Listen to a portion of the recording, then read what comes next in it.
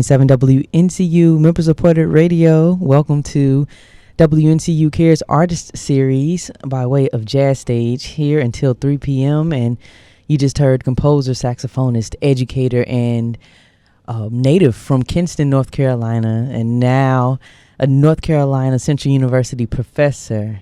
And more importantly, the composer of the tune you just heard, Mother's Day, Mr. Brian Horton. Welcome. Hi, Serena. How are you? I'm good. How are you? Pretty good. It's a nice day outside, so. Hot. Yes. But I'm not complaining at all. Right on. Oh, man. This sounds great. So Mother's Day. Thank you. Is this a tribute to mothers? All mothers? Yes, it is, actually. To your mother specifically? Yes. Well, it started off being that I was talking to the great saxophonist and composer Jimmy Heath once, and we were talking about, have you ever written music for loved ones or your family or whatnot? And he's written like a lot of music, a lot of great stuff that's out there and everything. And I said specifically, have you ever written anything for your mother?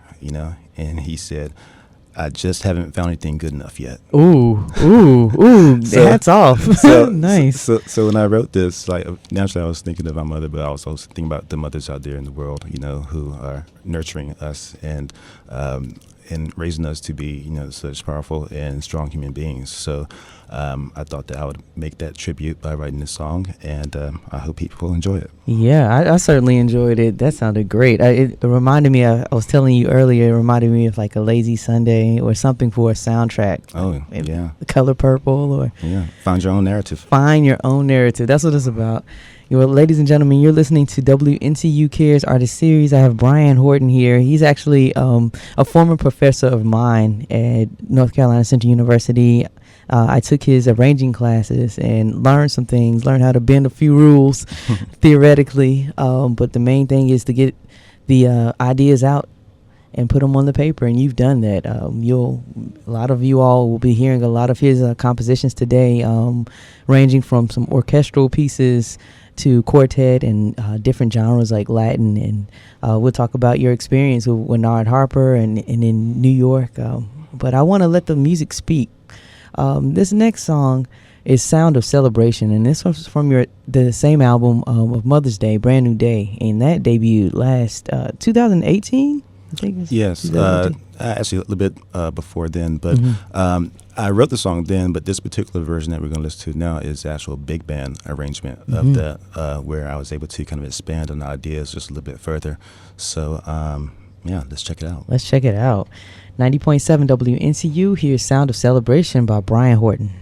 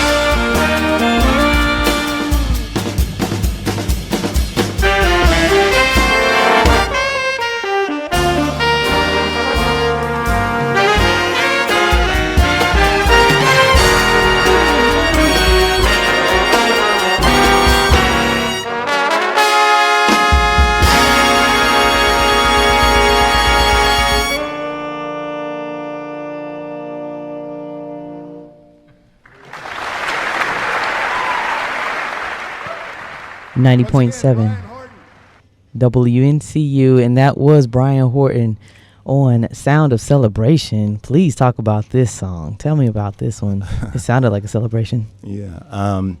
When I originally wrote this song, along with the others for that record, Brand New Day, I had in my mind to write something that was singable and lyrical and something that my grandmother and my family could actually listen to. Because a lot of times, when we're playing jazz, it gets to be a little much sometimes, a little theoretical, a little, wanting to show all our chops. Cerebral, right? Yeah, absolutely, and everything. And I can remember, playing my music, which I was always really supported by my family when I was doing it and everything. But so playing jazz and playing things that, I really enjoyed, but at the same time, they just wanted to hear something that they actually were familiar with and that they knew. And not necessarily just cover songs or whatnot and everything, but they just wanted a familiar feeling of what the songs were. Yeah. So I thought that I would write some songs and put them together on a record, really that would represent that kind of thing. For me, when I'm writing, it always starts with just the way a piece actually feels, with its swing or funk or something else and everything. Would you put both of those elements in your music? Yeah, there's always like a lot of different layers and whatnot that's in there in the music. But for me, that's like the foundation of it, just like what does it actually feel like. And then on top of that is the melody. Okay. Like the melody has to have a strong presence. Okay. And I want it to be something that's very memorable, for people when they hear it. Even though we're improvising and soloing all over these different things and whatnot, I still want it to be something that's still accessible, to the listener. And not just something just for the musicians. Right. I mean, I write things that are complicated enough for the musicians to play, but when the audience hears it, they just hear the music, and hopefully they hear it as just being good music. So you're a happy scientist or some type of scientist, kind of really thinking about the listener and the theoretician. I don't know. I'll make up a name. Well, I mean, yes, definitely. I mean, I do that, without watering down the music, it's still very challenging stuff to play, and I sneak in the, a little bit of the, more complicated harmonic kind of stuff that's in there. And there's a lot of layers to there's a melody, but there's also a lot of different counter melodies and stuff that are in there, I heard, so, it's like you have all this complication that's disguised, by seemingly simple sounding things. Wow, it sounds like life. Pretty much. Oh man, I love it. There was something in there that I said, well, what is that? It sounds like a memorable melody, but you said it was just church, and I hear a lot of that blues in your playing. Yes, there's a lot of call and response in this particular piece, and whether I was playing this in the big band or in the quartet, I'm kind of giving this sermon, so to speak, and there's a certain point, where the congregation replies to things that I'm saying, to what I'm trying to tell them. Oh man, well, the message is getting over loud and clear. Well, this next song I want to play from your album, Float Like a Butterfly. Can you kind of set us up for that one? Sure. This is actually a record that I did with Winard Harper, the great drummer, and from the Harper's Brothers fame. When I first moved to New York, I met him actually during my audition at Queens College. Okay. And I auditioned in front of Jimmy Heath and Sorrel and Hannah, and he was the drummer for that. Wow. And so, pressure. And after I played for him that one time, he asked for my number and everything, and I was just getting to New York, and I was a young 20-something-year-old, Wow. And this was way before cell phones or all that other kind of stuff and everything. All this gadgetry now. Yeah. And I remember, I think it was my first week in New York. I was staying in Brooklyn at the time. I came home one day from school, and he had there was a message on my answer machine, not my voicemail. You're taking it way back. And I didn't have a phone yet and everything, so I got it, and it was a message from him asking me whether or not if I wanted to come and do this gig with him. What? So I ran down to the corner and used the payphone. Not the payphone, the 25 cents. Oh yeah, 9X, yeah. And I called him. I said, "Of course," and that began our relationship and collaborations from there. Wow. And I played with him for about 6 or 7 years as a sideman, and he really liked my writing, So aside from being a sideman, I also wrote a lot of tunes with him, recorded maybe about 4 or 5 records, And this is one particular live record we did called Coming to the Light. And this piece was written for the great Muhammad Ali, and it's entitled Float Like a Butterfly. Here we go. Nice setup. Here we are, 90.7 WNCU.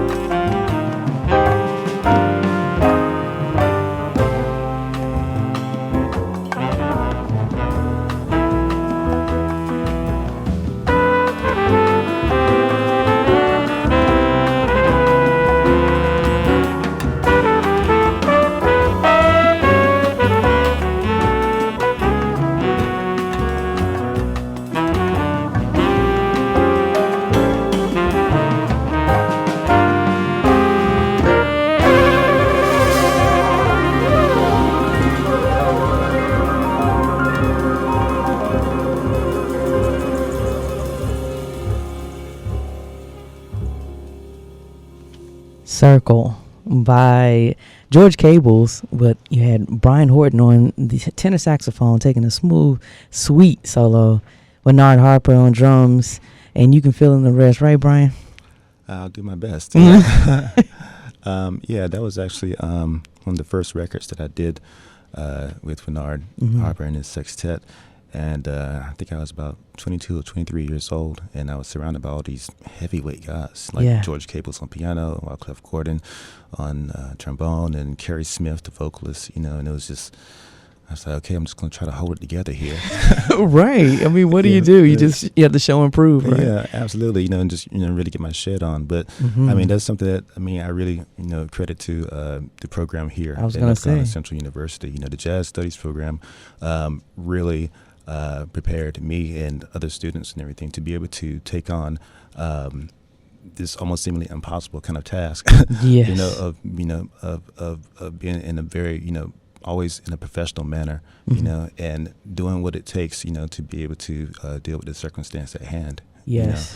And Dr. Ira Wiggins, he's been leading this program for like over 30 years. Over 30. And he's put out some really good graduates, who have gone on to do great things. I mean, everybody has, has played with everybody, like from Gregory Porter, to Prince. Yeah. So it's like, it's just not jazz, but like jazz, like the foundation, that really teaches us all the techniques and everything to be able to actually just be able to create and hear and understand how music works. Agreed. So with that, I was able to take all the things that I learned from here and on my travels, and with the different people I've played with and everything, and be able to apply that, to my playing, my writing, and everything. So like, really, everything started right here, So, wow. And that's what makes it. Like, you mean it didn't start in Kinston? Something started in Kinston. Okay. I've often heard, that there's maybe something in the water. Because Dr. Wiggins is from something in the water. Kinston, Maceo Parker's from Kinston. Big Brown Miller is from Kinston. And I don't know, like there's something down there. I mean, I really kind of attribute that to for Kinston being a smaller town. It's like when it came to things to do, a lot of us relied on our families and our friends, to be able to kind of cultivate what it is that we wanted to aspire to be. So in a way, it's like we felt that we really could do anything. We That's didn't have good. like a lot of distractions. Right, tumbleweed here. Yeah, So okay, it's not that bad. It's not that bad, But it was the kind of place where you was always encouraged, to do your best and to work hard, and that nothing came easy.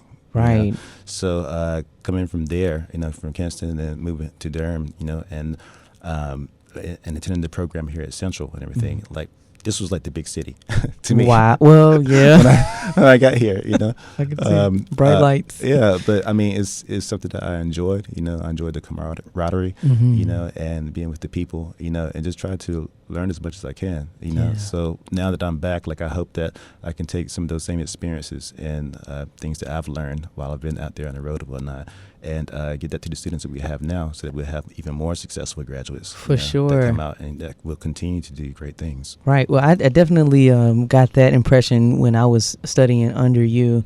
Definitely a nurturing spirit, but, no nonsense whatsoever. Like, no excuses. No excuses. Ever. And it shows through your music. And so we're letting the music speak today, you all. This is a WNCU Cares Artist Series with Brian Horton here, arranger, composer, film scorer.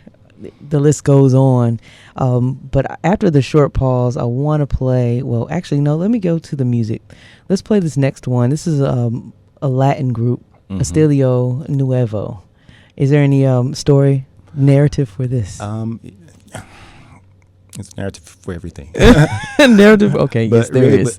This was a group of musicians that I knew when I was in New York, and we were all playing with different groups. Everybody from Wallace Roney to Kenny Garrett to the Isley Brothers, And but at the same time, we were sidemen with each other with different bands, and we got together. And one of the leaders of the band, Kevin Jones, who's a percussionist, he decided to put us all together, and he said, "I want to make like this Afro jazz Latin kind kind of Yes. thing and whatnot.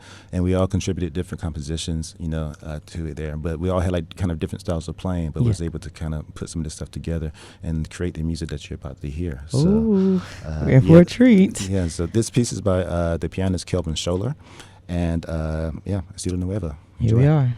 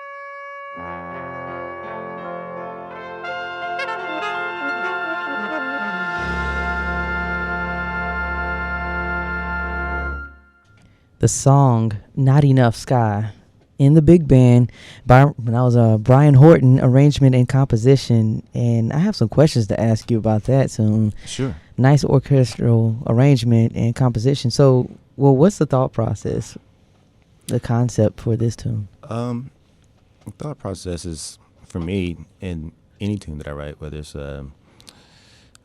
duo, trio, or big band, or even something that's larger, more orchestral. It's pretty much the same. Like my foundation always starts with just the groove and the feeling.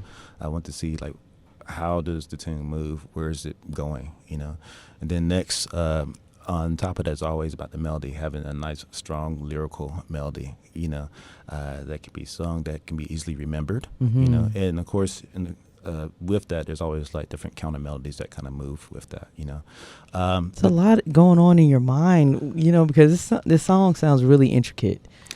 Who did you think about? Like, are there any past, like Duke Ellington? Did you think about him? What do you think about Quincy Jones? Or absolutely. I mean, Duke Ellington, Thad Jones, especially Oliver Nelson, have been really big influences in my writing, and what I liked about him is that, it's what I was saying before, like it always starts with those two things, like what does it actually feel like, and then the melody.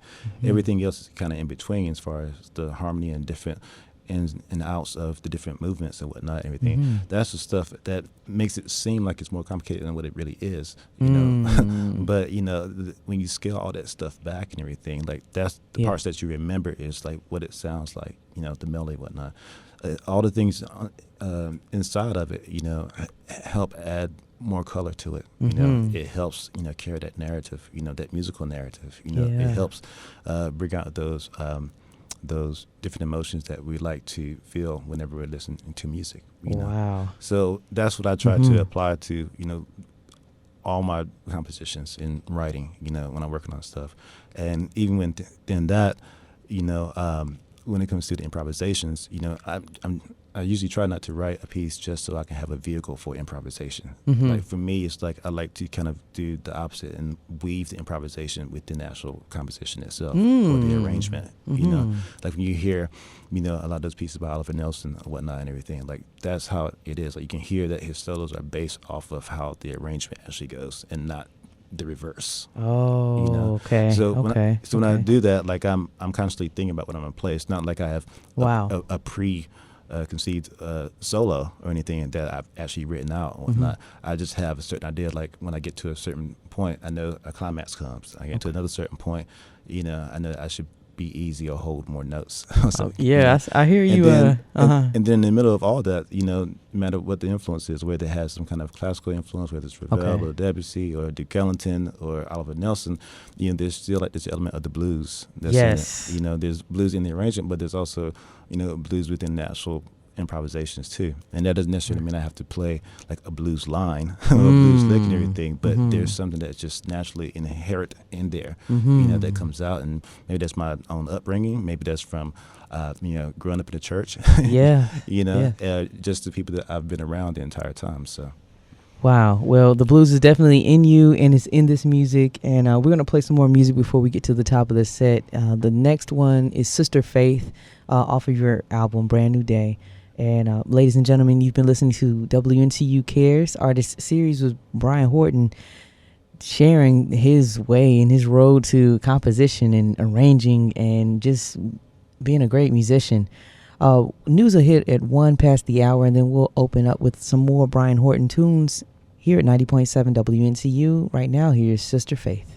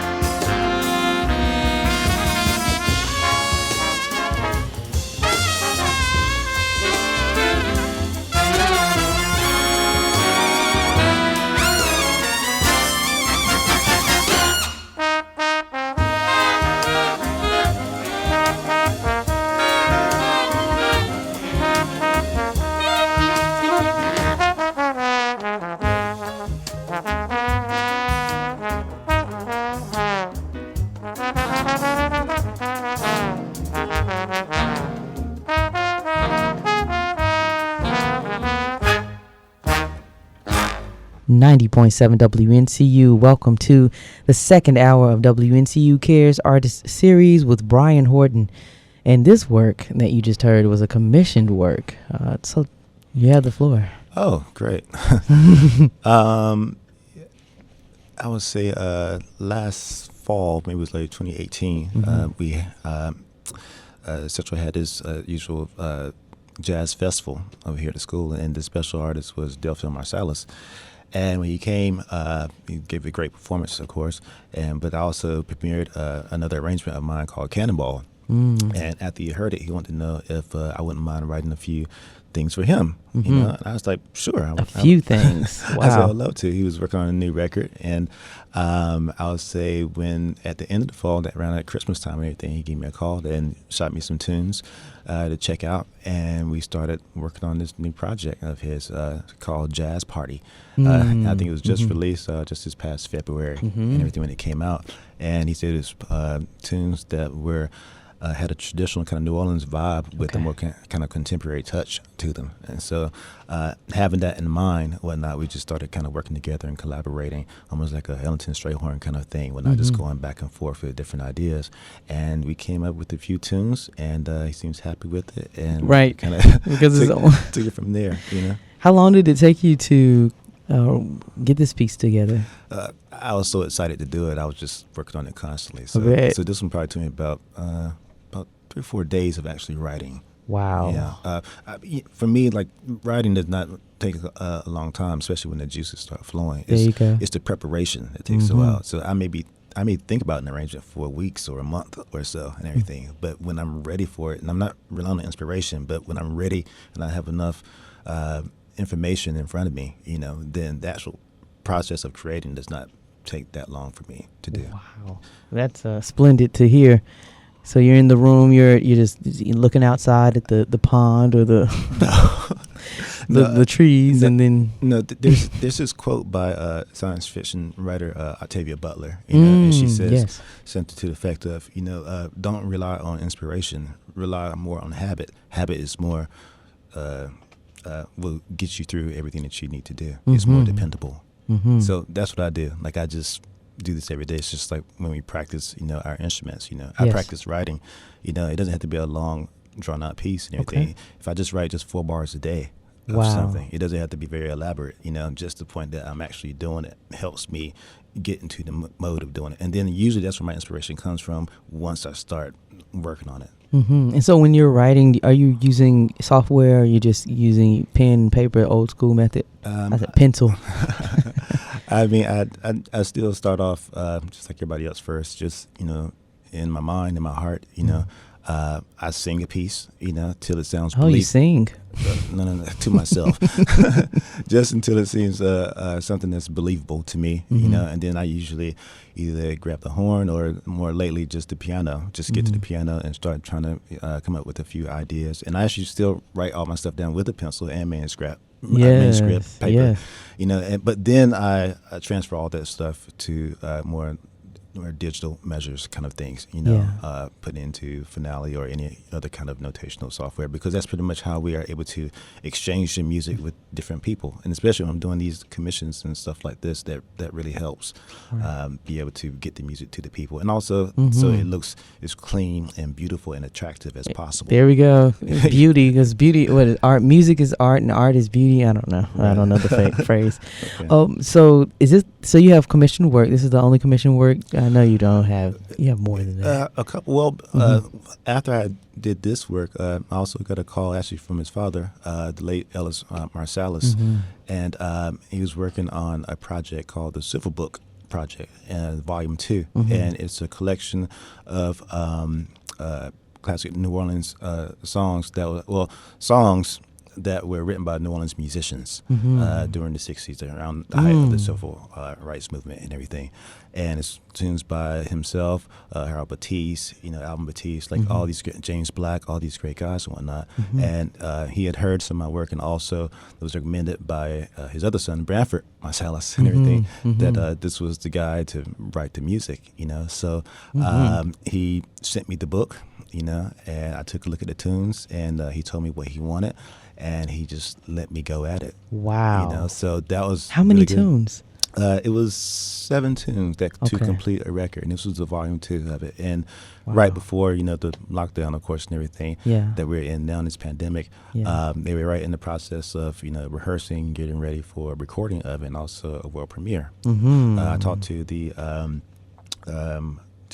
executive director of the Ellis Marsalis Center for Music and everything, and she let me know that the project is still ongoing, whatnot. Very nice. Once things that are safe enough to move around. But I am very happy that, you know, he was able to hear the music, you know, while he's still alive, and he told me personally that, you know, he really enjoyed everything that was going on. So Stamp of approval. yeah, so it's like more now than, you know, than ever, you know, like we definitely need to get this music out here and, you know, let it live on and let it help enrich our lives. Agreed. Well, let's enrich our lives with this song, Theme for Malcolm. You can set this up for us. Theme for Malcolm is a piece by the pianist Donald Brown, and it's written for Malcolm X. And I decided to put a different kind of feel on this one. It actually has 2 different reggae feels, 2 different beats to it. One of them is a steppers beat, which kind of represents, like, you know, how him and Islam at the time and everything were marching through, you know, all this different kind of adversity and whatnot. And then the next has a 1-drop beat to it and everything. So it kind of opens things up to, you know, some of his different formations and everything, and transformations, you know, into the natural humanitarian that he became. To that. So not to get too deep with it and everything, but, you know, I just always try to find something, you know, that's tangible, like within my personal life and our lives and everything, to be able to put into the music and still make it enjoyable, you know. So when I'm working on it, like, I have something to go off of. Wow. Well, let's enjoy this Theme for Malcolm from the 1 O'Clock Band at North Texas, University of North Texas. You're listening to WNCU Cares Artist Series.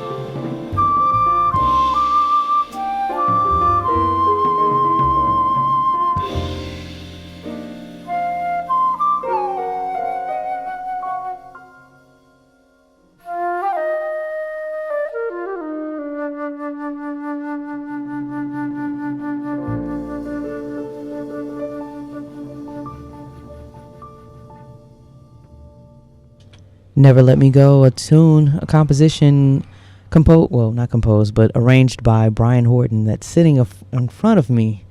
And that was a beautiful ballad. Nice to slow down the pace a little bit. And that's from his album Brand New Day.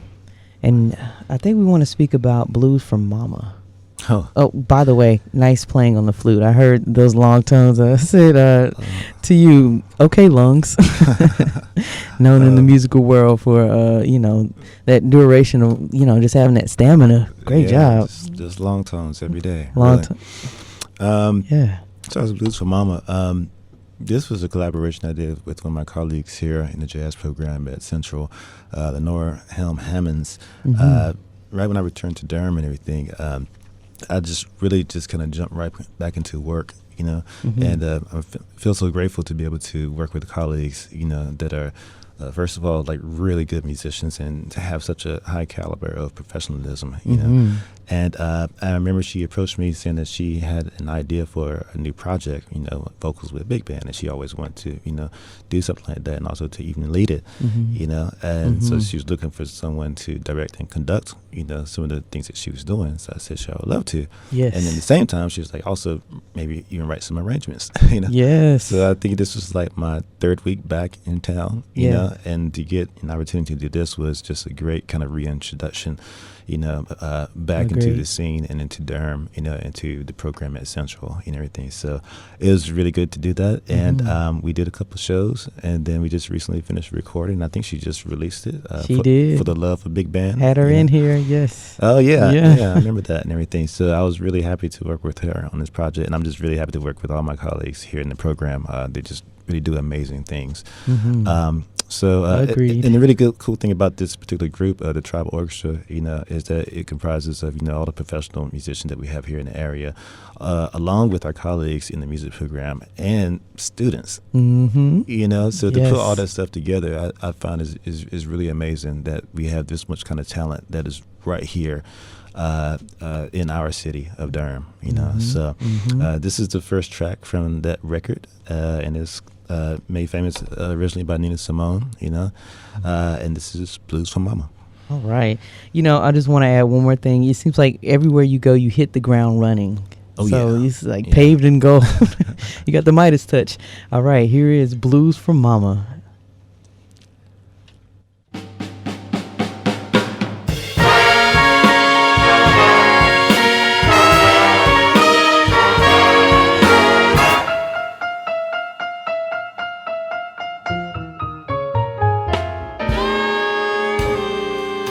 Hey, Lottie Mama, I heard you wasn't feeling good.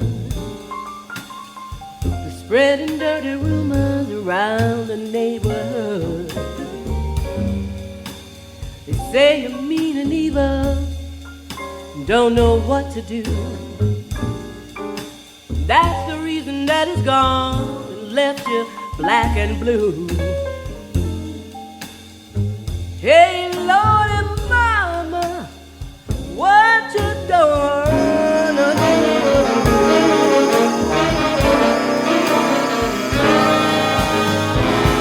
They say he's left you all alone to weather this old storm, and he's got another woman now hanging on his arm. That old fool's telling everybody that he's sick and tired of you. Hey, Lordy, Lordy, Mama, what you gonna do? Hey, gal, tell me what you gonna do.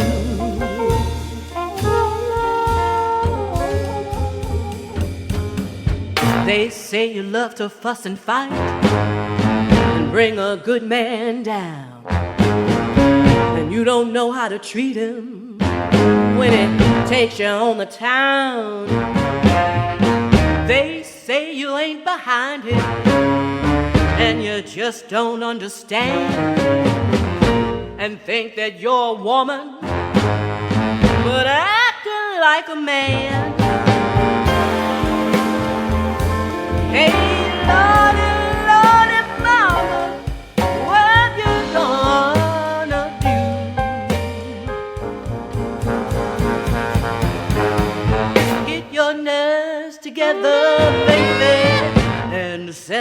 record straight, set it straight. Let the whole damn world know it's not you that caused this bit of fate. All these years you loved him, he knows that it's true. 'Cause what you're wanting for your man, you know that he's wanting to. Yeah. Hey girl, tell me what you gonna do.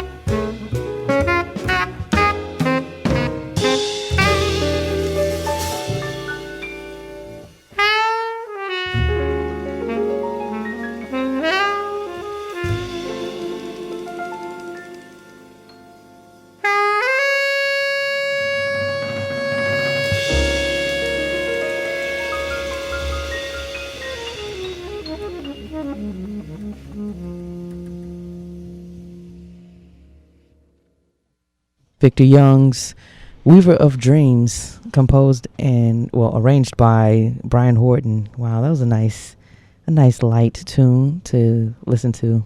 You're really talented. Well, thank you. You're welcome. Yeah. Not often it's a great opportunity to listen to my professors and former professors and being able to kind of get into their minds, and I'm glad I could have a time to get into your mind a little bit. I'm glad to be here. Thank you for having me. Yeah. So not only do you write rearrange standards and your own compositions, but you also compose for orchestral arrangements. So I want to hear about Black Magic. Oh, that's a good one. Mm-hmm. Black Magic was a piece that I wrote to accompany my dissertation work when I was at the University of North Texas. And it was inspired a lot by the works of Terrence Blanchard, the trumpeter and composer. More so, or actually specifically, his film scoring techniques. Mm-hmm. He scored like well over 50 films and everything. But the emphasis on this particular work and everything that he has done and everything was based off of the Spike Lee film Malcolm X. It was back in the early 90s. And compositionally, what I found very interesting about his work with that is that how he was able to mix the classical and jazz genres together. But the interesting way that he did it was that he didn't try to make the classical players swing, and he didn't try to make the jazz players play straight, but he was able to put them both together. Wow. And then what I found even more interesting in that was that how he was able to put this musical narrative to go along with the actual film. So when we were seeing this, and it's a very powerful film, this biopic, it's like 3.5 hours long, of Malcolm's life and his transformation and everything. And what I liked about it is that I say it's one like the first times that I saw something like that when it came to jazz on the big screen, with black people on the screen, that was able to carry a very meaningful story, but at the same time, everything able to carry that narrative forward. A lot of times when we think of jazz in the movies and whatnot, even for times before that and everything, it was either some kind of derogatory look or vision to it and everything, or it had a sense to it where it's like you heard like a saxophone wail in the background, like either one or two things was going to happen. Either, someone's about to start making whoopee or somebody's about to go sleep with the fishes. Right.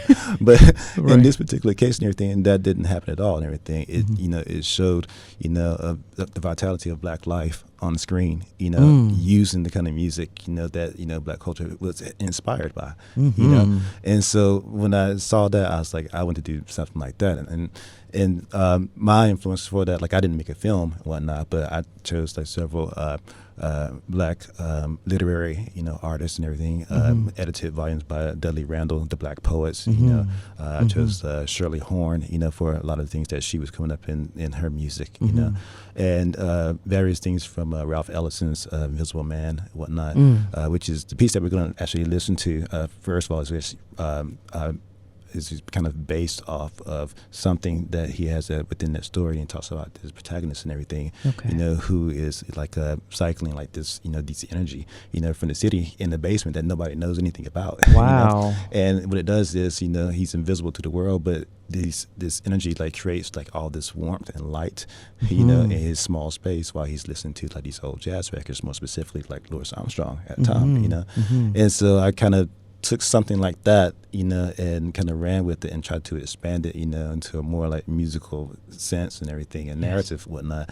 And I let that kind of flow, with everything that was going around with it. And in doing this, I was able to, like Terrence Blanchard, mix the classical and the jazz genres and stuff together. So they work together in a piece, almost kind of like creating like a new kind of form of the music itself. Yes, You know? bringing the worlds together. Yeah, so it was a nice little experiment and something Mhm. that I hope to kind of revise and actually expand now that I kind of have a better understanding of how that stuff is supposed to be going and everything. Yes. And this is something hopefully a new commission that came from the North Carolina Arts Council will be able to, a very gracious grant that, I actually won a few months ago and everything. Congratulations. Thank you. Mhm. That I would like to apply towards the revamping of this particular piece, so we can take a listen to it. And the commissioned work is about 25 minutes long, right?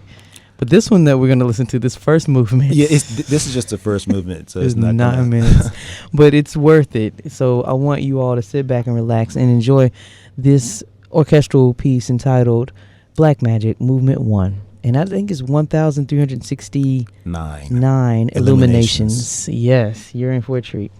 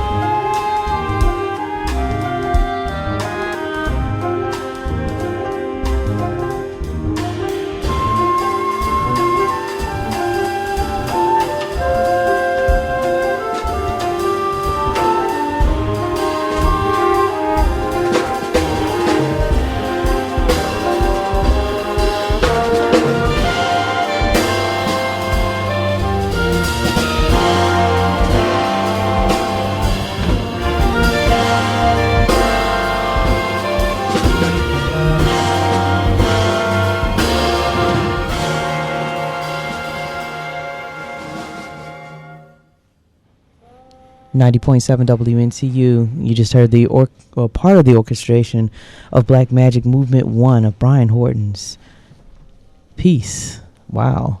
What I ain't gonna say the other end of the spectrum, but just showing your musicality. Oh, wow. Thank you. Yeah, I enjoyed that. So it's been my pleasure for having you in the studio. Oh, thank you for having me. This has been a great moment in time. I mean, thanks for inspiring me, continually to inspire me to write maybe just a few bars every day, right? Oh, yeah, just a few bars every day. Yeah, once again, thank you for having me. And just like to thank, my colleagues and in the Jazz Studies program over at Central, and everyone who's been very supportive, friends and family. You guys be safe out there, support Black businesses, and support each other and love one another while we're going through this turbulent time and everything. We'll definitely get through this so that we can see you again very soon. Love you. Yeah, love you for sure. I'm missing hugs right now, but maybe some Southern Comfort will put me right in perspective, right? Awesome. So here's Southern Comfort. We're going to leave out with this song and another Brian Horton tune you've been listening to, Jazz Stage WNCU Artist Care Series, and I hope you've enjoyed the music that has been brought to your ears today. Stay tuned to listen to DL at 3, and we'll talk to you soon. Have a good one.